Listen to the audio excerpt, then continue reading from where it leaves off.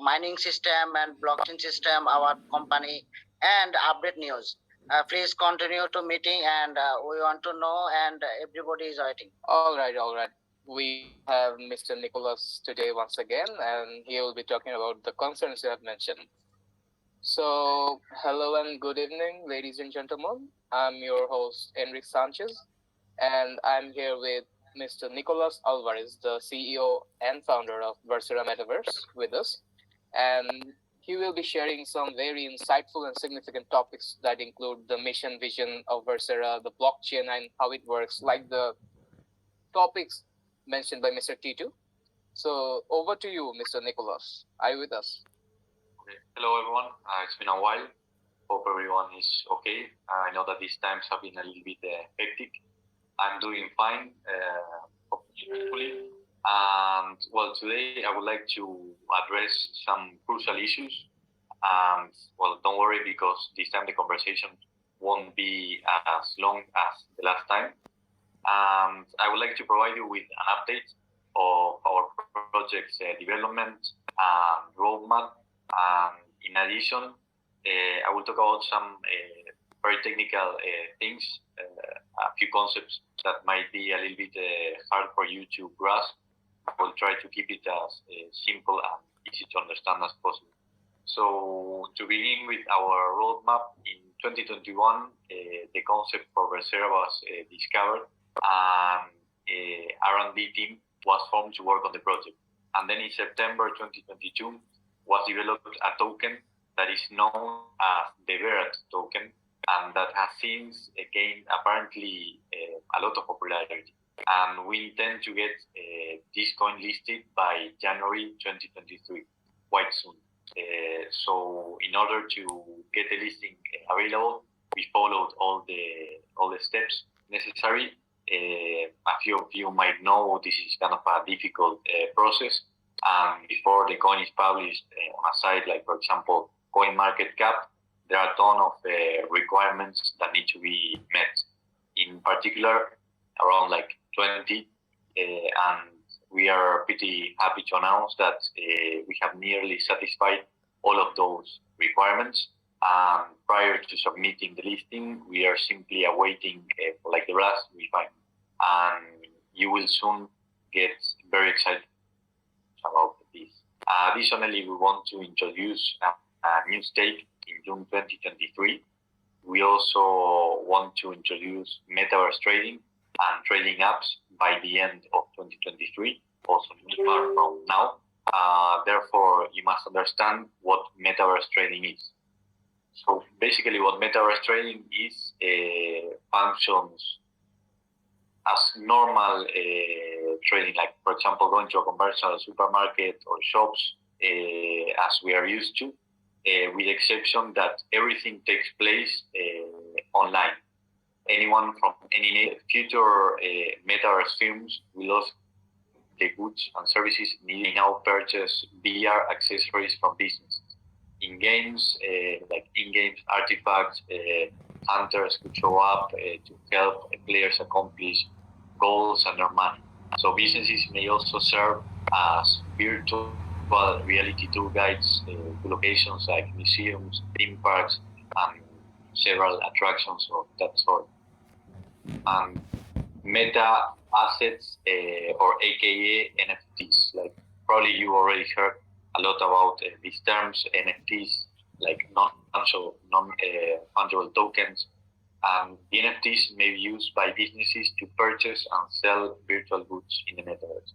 So the NFTs, or non-fungible tokens, are a kind of digitality for businesses to discover investment opportunities in the metaverse due to the enormous demand for high-valued NFTs.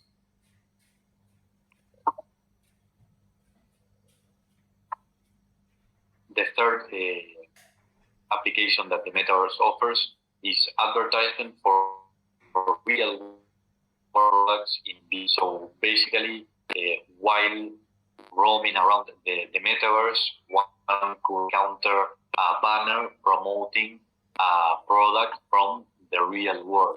So it would pretty much work like advertisement on websites or TV shows or movies. And this offers also the opportunity for brands to produce complete brand storytelling experiences that improve in-store and product retail. So, having covered at least superficially what the metaverse is and what we could eventually do in the blockchain. So, what you need to know about blockchain is that it's basically a mechanism for storing data in a way that makes system changes, hacking, cheating, or manipulating difficult or close to impossible. So blockchain is simply a network of computer systems that duplicate and distributes a digital record of transactions throughout the entire network. So each block on the chain comprises a number of transactions, and each participant's ledger receives a copy of each new transaction that takes place on the blockchain. So distributed ledger technology refers to the decentralized database that is governed by several users.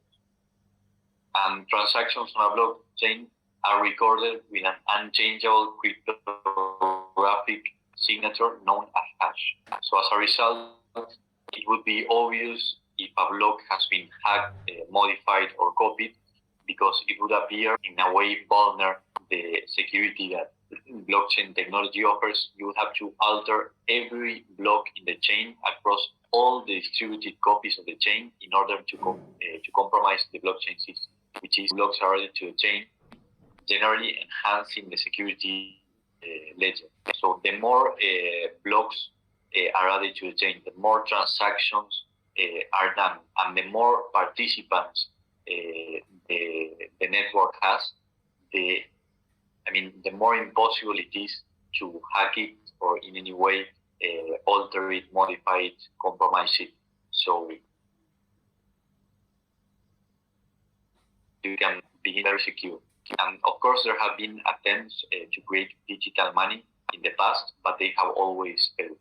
And the prevailing reason why these previous projects have failed is trust. How can you trust a currency when it's handled by a central entity or a central authority? Like, for example, let's call it X money. Someone creates X money, but at the same time, this same person is in charge of X money. So how can you trust this person not to give itself unusual or excessive amount of the currency? So Bitcoin was designed to solve this problem by using a specific type of database called a blockchain. So most normal databases, such as an SOL database, have someone in charge who can modify it, change the entries, supervise it, etc., etc.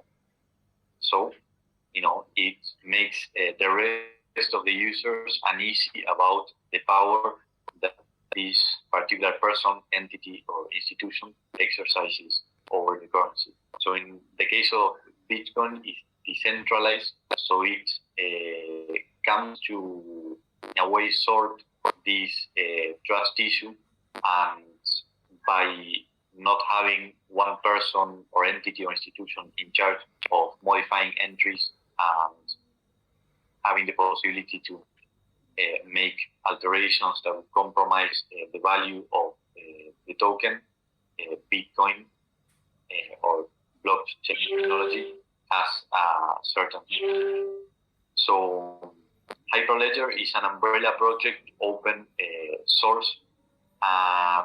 It started in 2015 by the Linux Foundation. The party development blockchain ledgers. Hyperledger participants that's only an open source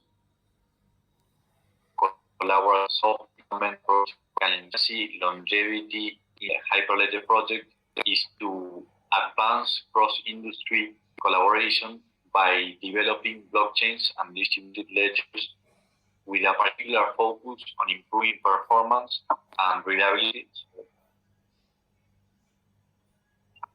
of these systems so that they are capable of supporting global businesses transactions by major technological, financial, and supply chain companies. And Versera is that kind of crypto token that works on the basis of these principles.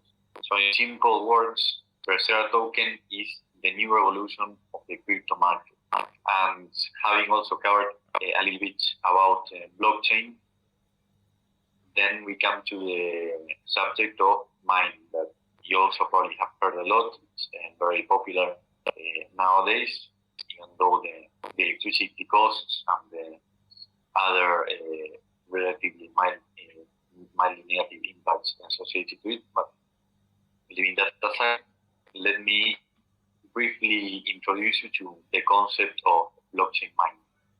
It is a peer-to-peer process. Blockchain mining is used to secure and verify Bitcoin transactions. So mining involves blockchain miners who add Bitcoin transactions data to Bitcoin towards a ledger of fast transactions. So in the ledgers, blocks are secured by blockchains and are connected to each other, forming a chain. And there are three types of mining. The process of mining can get really complex, and of course a regular desktop or PC cannot cut it. They are currently, the mining is done through specific machines, popularly known as ASIC. What they, they require a particular set of hardware and software, and of course internet connection, in order to have a specific user registration as a miner, and as soon as the transaction takes place, a mathematical problem is given to all the single users in the blockchain to be solved. And the first one to solve this mathematical problem gets a reward. Usually the reward is paid in the type of token that which bookkeeping they are contributing to. So for example, if a machine is solving transaction on the Bitcoin blockchain, if they sort out one of these mathematical problems, they will receive a certain amount of Bitcoin. If instead they are working on it, they will receive that particular token, which transaction they helped to add to the chain. So mining. In pool mining, a group of users work together to approve the transaction. Sometimes the complexity of data encrypted in the blocks makes it difficult for a user to decrypt the encoded data alone. So a group of miners, they pool the resources together. They work as a team to sort out this mathematical problem in order to incorporate the transaction to the blockchain. And as a result of their teamwork, if they were to succeed, they mine. And cloud mining eliminates the need for computer hardware and software. It's a hassle-free method to extract blocks. With cloud mining, handling all the machinery, order timings, or selling profits is no longer a constant work. While it is hassle-free, it has its own set of disadvantages. The operational functionality is limited, and with the limitations on Bitcoin Hash, the operational expenses increase.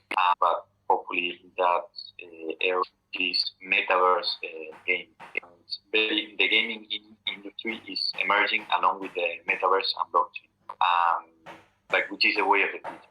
Let's beyond 2%, 13% retail market uses metaverse with 6.017 around in 2021 only, and this is of course expected to increase more and more. And a metaverse is a vast online community where you may play games and meet new people. And gaming has always been a prime candidates for virtual reality. And the main